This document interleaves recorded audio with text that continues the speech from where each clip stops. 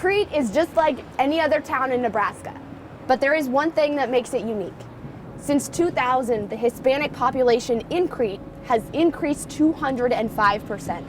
The J. Crew class wanted to understand how this influx of population affected the Crete community, as well as get some community members' perspectives. Immigration, Crete's changing face. Some of the benefits are also some of the challenges, some of the language barriers. Those are a real positive, especially for the school-age kids, that they have classmates that speak fluent Spanish. It really helps them to learn it easily. Jody Pence has lived and worked in Crete her entire life.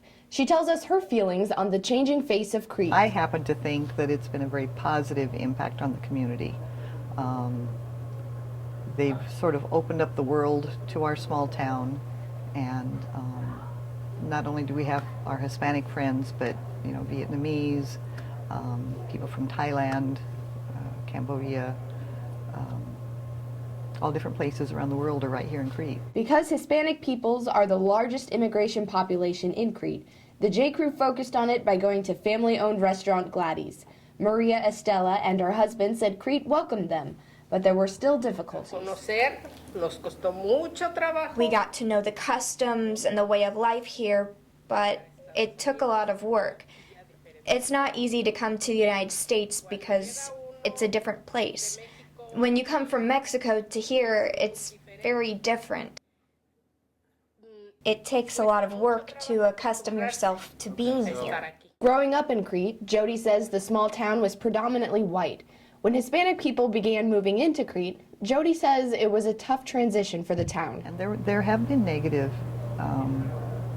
things happen and bad things said, but it's getting better. It's taken time. Just like years ago when the Czech immigrants came, I'm sure they weren't fully embraced right away because they spoke a different language. I mean, it offers some challenges for city government with just communications with the different cultures, how they view government as opposed to the government that they may have came from.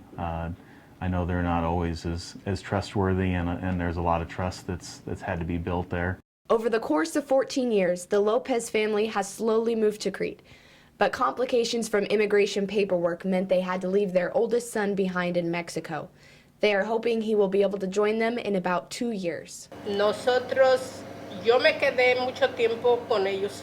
stayed with them for a long time in Mexico alone, with the children.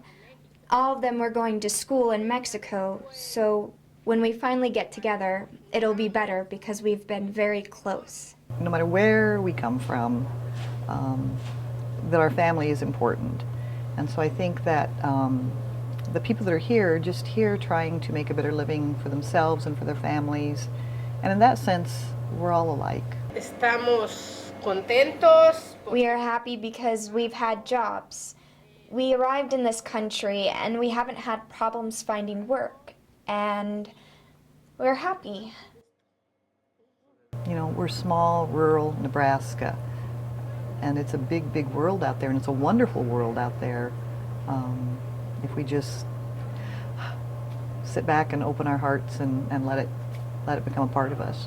The J. Crew class will be investigating Crete's changing face throughout this semester.